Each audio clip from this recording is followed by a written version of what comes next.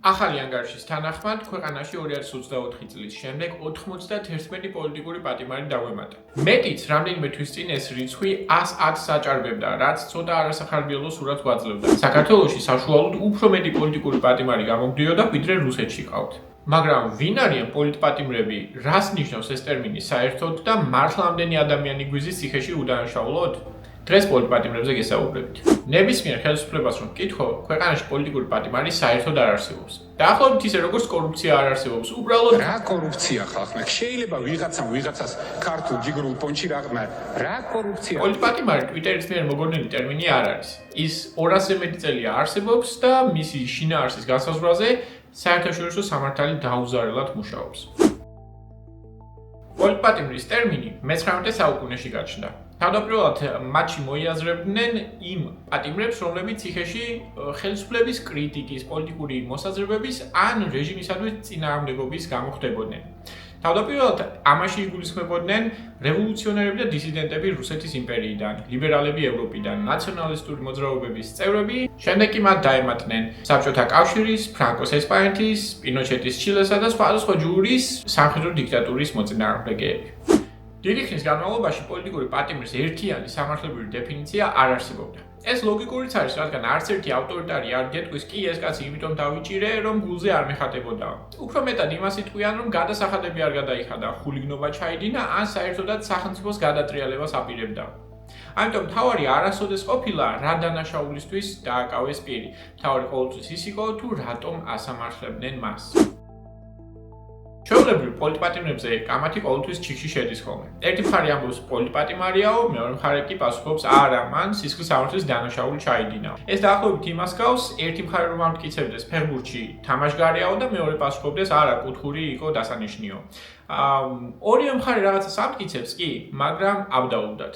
სინამდვილეში რას ნიშნავს პოლიტიკური პატიმრობა?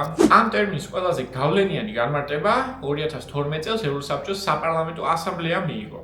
ამ ტესტის მიხედვით პირი პოლიტიკური პატიმარია თუ მისი საქმე უკავშირდება ფუნდამენტური უფლებების დარღვევას, პოლიტიკური მოტივებით დაკავებას, დისკრიმინაციულ მოპყრობას, თუ მისი საქმე აშკარად უსამართლოდ მიმდინარეობს, ან თუ მას აშკარად უსამართლო სასჯელი დაეკისრა. Amnesty International-ი პოლიტიკური პატიმრების კიდევ უფრო ფართო დეფინიციას გვთავაზობს. მათ თანახმად პოლიტიკური პატიმარია ყველა, ვის საქმეშიც პოლიტიკური მდგენელი ფიგურირებს. Amnesty International-ს ასევე გააჩნია პოლიტიკური პატიმრების კიდევ უფრო ვიწრო დეფინიცია, რომელსაც სინდისის პატიმრებს უწოდებენ. სინდისის პატიმრად ისინი მიიჩნევენ ყველას, ვინც საკუთარი მშვიდობიანი გამოხატვის, რელიგიის, იდენტობის ან სხვა გამოხატვის ფორმის გამო დააკავეს. ყველა არსებული დეფინიციით პოლიტიკური პატიმრის ცნება საერთოდ არ ნიშნავს იმას, რომ პირი უდანაშაულოა. შეიძლება პირი სრულიად უდანაშაულო იყოს, შეიძლება სადმე გადაცდომა ჰქონდეს ჩადენილი, შეიძლება კანონიც ჰქონდეს დარღვეული, მაგრამ თუ სახელმწიფო ამას პოლიტიკური ანგარიშწორების მიზნით იყენებს, პოლიტიკური ოპონენტის გასაჩუმებლად, საზოგადოების დასაშინებლად ან კრიტიკის შესაწყვეტად, ამ დროს უნდა დავფიქრდეთ, ხომ არ არის პირი პოლიტიკური პატიმარი. ამიტომ ორი სრულიად განსხვავებული კითხვაა. ერთი, ჩაიდინა თუ არა პირმა დანაშაული და მეორე, ხელისუფლება ამ საქმეს და სისხლის სამართალს პოლიტიკური მიზნის მისაღწევად ხომ არ იყენებს. აი წარმოიდგინეთ, რომ პოლიციელი გაჩერებთ და გეუბნებათ, ღვედი არ გიკეთია. თქვენ აჩვენებთ, რომ გეკეთათ. შემდეგ გეუბნებათ, მაშინ თვრალი მართავდი საჭესო, მაგრამ ალკოტესტის შედეგი ნეგატიურია. შემდეგ გეუბნებათ, აფთიაქი არ გიდევს მანქანაშიო და აჩვენებთ, რომ ესეც გაქვთ და ბოლოს გეუბნებათ, ტელეფონზე ლაპარაკობდიო და ჯარიმას მაინც გიწერს. სუსტად ასე გამოიყურება პოლიტიკური პროცესი. ამ პოლიციას საერთოდ არ აინტერესებდა არც თქვენი ღვედი, არც სიჩქარე და არც აფთიაქი, მას მხოლოდ თქვენი დაჯარიმება სურდა. ამიტომ ევროპის ადამიანის უფლებათა სასამართლო სტრასბურგის სასამართლოსაც რომ უძახით ხოლმე, გაცილებით უფრო მნიშვნელოვან კითხვას სვამს. ხელისუფლება მართლა კანონს აღასრულებდა თუ პოლიტიკური ოპონენტის გაჩუმება ჰქონდა მიზნად? პოლიცია მართლა კანონის აღსრულებით იყო დაკავებული თუ მთავრობის HR დეპარტამენტივით იქცეოდა? მრავალი წლის განმავლობაში სტრასბურგის სასამართლო ძალიან იშვიათად არღვევდა მე-18 მუხლის პოლიტიკური პატიმრობის დარღვევას. ეს მუხლი მკვდარ მუხლადაც კი ითვლებოდა.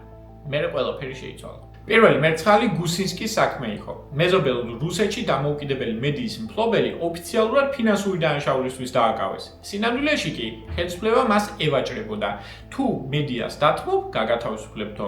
სტრასბურგმა ჩათვალა, რომ ეს სახელმწიფო ინტერესების კერძო პოლიტიკური მოტივით გამოყენების კლასიკური მაგალითი იყო. ანალოგიური აკრძალული მოტივი დადგინდა იულია ტიმოშენკოს საქმეში. კიდევ ერთმა მეზობელმა აზერბაიჯანმა ილგარ მამადოვს ბრალი ძალადობრივი არეულობის მოწყობასა და ორგანიზატორობაში დასდო. თუმცა სტრასბურგმა მიიჩნია, რომ სინამდვილეში აზერბაიჯანის მიზანი პოლიტიკური ოპონენტის გაჩუმება იყო. კიდევ ერთმა მეზობელმა თურქეთმა ოსმან ქავალას დააბრალა სახელმწიფო გადატრიალებას ამზადებდიო, მაგრამ სტრასბურგმა ეს მძიმე ბრალდებაც კი აინუში არ ჩააგდო და დაასკვნა, რომ თურქეთი სინამდვილეში ადამიანის უფლებების დამცველი ადამიანების გაჩუმებას წადდა. ამ მუხლით საქმე საქართველოსაც წაუგია. მერაბიშვილის საქმეში დიდმა პალატამ განმარტა, რომ სასამართლო დარღვევის დასადგენად არალეგიტიმური მიზნის გადამწყვეტობას აფასებს. ანუ შეიძლება სახელმწიფოს სამართლებრივი დევნის ლეგიტიმური ინტერესიც ჰქონდეს, მაგრამ თუ მთავარი წარმმართველი და მესაჭე პოლიტიკური ინტერესია, მაშინ სტრასბურგის სასამართლო დარღვევას ადგენს. ამ საქმეში სტრასბურგმა განმარტა, რომ თავდაპირველად მერაბიშვილის პატიმრობა სულაც არ იყო უკანონო, მაგრამ როდესაც იგი ფარულად ციხიდან გაიყვანეს, ეს საქმე არ გამოიძიეს და მტკიცებულებები მიჩქმალეს, სტრასბურგმა მიიჩნია, რომ ეს უკვე ყველა დასაშვებ ზღვარს ცდებოდა და პოლიტიკური მიზანიც აშკარა იყო. საბოლოო ჯამში სტრასბურგის სასამართლოს სულ ორი კითხვა აქვს. პირველი, არსებობდა თუ არა საერთოდ რაიმე პოლიტიკური, უკანონო ან სხვა ქვენამოტივი და ეს ძალიან მნიშვნელოვანი დეტალია. ეს მუხლი მხოლოდ პოლიტიკოსებს არ ეხება. ამ მუხლში მოიაზრებიან ადამიანები, ვინც შეიძლება დააკავონ იმისთვის, რომ სხვა საქმეზე ინფორმაცია გაასცენ, ვისაც ტელევიზიების და მედიების დათმობას თხოვენ, ვისაც შეიძლება ბიზნესები დაათმობინონ. ყველა შემთხვევა ერთი და იმავე პრობლემის მაგალითია, როდესაც სახელმწიფო ძალაუფლებას კერძო პოლიტიკური მიზნებისთვის იყენებენ. მაგრამ სწორედ აქ შემოდის მეორე, მთავარი კითხვა. რომელი იყო მთავარი და წარმმართველი? სამართლებრივი თუ პოლიტიკური ქვენამოტივი? რა კი პრემიერ-მინისტრები ბრძანებებს არ აქვეყნებენ, არჩევნები მოდის და ეს ხალხი დაიჭირეთო, სასამართლოებიც შესაბამისად არაპირდაპირ მტკიცებულებებს უყურებენ.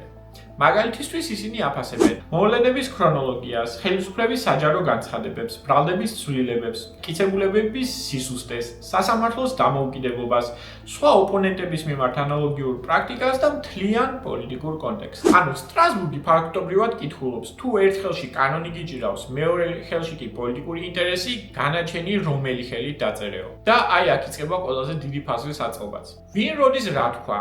როდის დაიწყო გამოძიება? რატომ დაიწყო, როცა დაიწყო გამოძიება? რატომ ამ ადამიანის მიმართ? ხომ არ არის უჩვეულო სისწრაფე? ხომ არ ხდება განსაკუთრებული გარემოებები? ხომ არ შეიცვალა კანონები სპეციალურად ამ საქმისთვის და ასე შემდეგ. თითოეული დეტალი ცალკე აღებული შეიძლება განსაკუთრებულს არაფერს ამბობდეს, მაგრამ თუ ფაზლი ერთ სურათს ხატავს, მაშინ სასამართლო ამბობს, ეს უკვე შემთხვევითი აღარ არის. მაგალითად, ყველაზე აშკარა ქართული საქმე ავიღოთ. გამოძიება 2020 წლის 17 აგვისტოს დაიწყო. ექსპერტიზა ამავე წლის 9 სექტემბერს ჩაინიშნა. 4 დღეში ექსპერტიზას პასუხი მიღებული ჰქონდა. 4 დღეში. საქართველოში ზოგჯერ ავარიის ექსპერტიზა 4 თვეშიც კი ვერ მთავრდება. ამ შემთხვევაში კი 4 დღეში უამრავი ისტორიული რუკის ანალიზი მოასწრეს. ან ეს ექსპერტები იყვნენ გეოდეზიის აინშტაინები, ან ვიღაცას ძალიან ეჩქარებოდა. და ნამდვილად ეჩქარებოდათ, რადგან 31 ოქტომბერს საპარლამენტო არჩევნები იყო დაგეგმილი. ამიტომაც არჩევნებამდე 3 კვირით ადრე ივერი მელაშვილი და ნატალია ილჩოვა დააკავეს და დააბრალეს არასწორი რუკები ჰქონდათ გამოყენებულიო. მაგრამ საქმე ის არის, რომ 4 დღეში ჩატარებული ექსპერტიზასაც კი საერთოდ არ ჰქონდა შეფასებული, რომელი რუკები უნდა გამოეყენებინათ მათ. კიდევ ერთი დეტალი, რასაც სტრასბურგი აფასებს, ის არის თუ რას ამბობდა ამ დროს ხელისუფლება.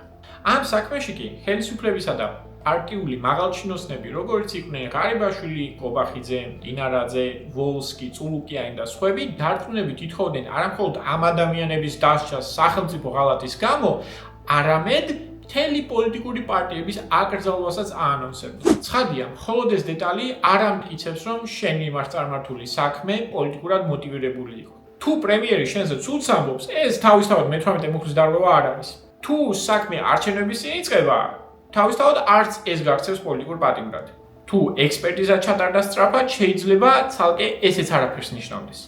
მაგრამ როცა მაგიდაზე ყველაფერი ერთად იდება, მაშინ უფრო მარტივი ხდება დავინახოთ რა იყო ამ საქმის მთავარი მამოძრავებელი ინტერესი. და კიდევ ერთი, ყველაზე მნიშვნელოვანი. სტრასბურგი კიდევ ერთ რამეს ამბობს, რაც ჩვენთან ხშირად ავიწყდებათ ხოლმე. ზოგადად სტრასბურგის იმედად არ უნდა იყო, რომ მოვა და 5 ან 10 წლის წინ დაშვებულ შეცდომებს გამოგისწორებს. კონვენციის სისტემა იმ იდეას ეფუძნება, რომ ადამიანის უფლებები პირველ რიგში ეროვნულმა შიდა სასამართლოებმა უნდა დაიცვან. შესაბამისად, თუ საქმეში აშკარა პოლიტიკური კონტექსტი არსებობს, მაშინ ჩვენი მოსამართლეც უნდა ამოწმებდეს, ხომ არ გამოიყენება სისხლის სამართალი კერძო პოლიტიკური ინტერესებისთვის. ამიტომაც პირველი, ვინც საქმის პოლიტიკურ შინაარსს უნდა ამოწმებდეს, სწორედ ქართული სასამართლოა. ანუ წესით თბილისის საქალაქო სასამართლოც უნდა კითხულობდეს, ნამდვილად იმის გამო დაეწყო გამოძიება, რომ პროკურატურას პრეზიდენტის მიერ კვებაში, ტრანსპორტში, ავიაბილეთებში, სასტუმროსა და პიჯაკებში გადახდილი 9 მილიონამდე ლარი აინტერესებდა? რამდენად ლოგიკურია 9 წლიანი სასჯელი ამ თანხისთვის, როდესაც მოქმედი ხელისუფლების მაღალჩინოსნებს ბევრად უფრო მეტ მითვისებულ თანხაზე გირაოს უფარდებენ?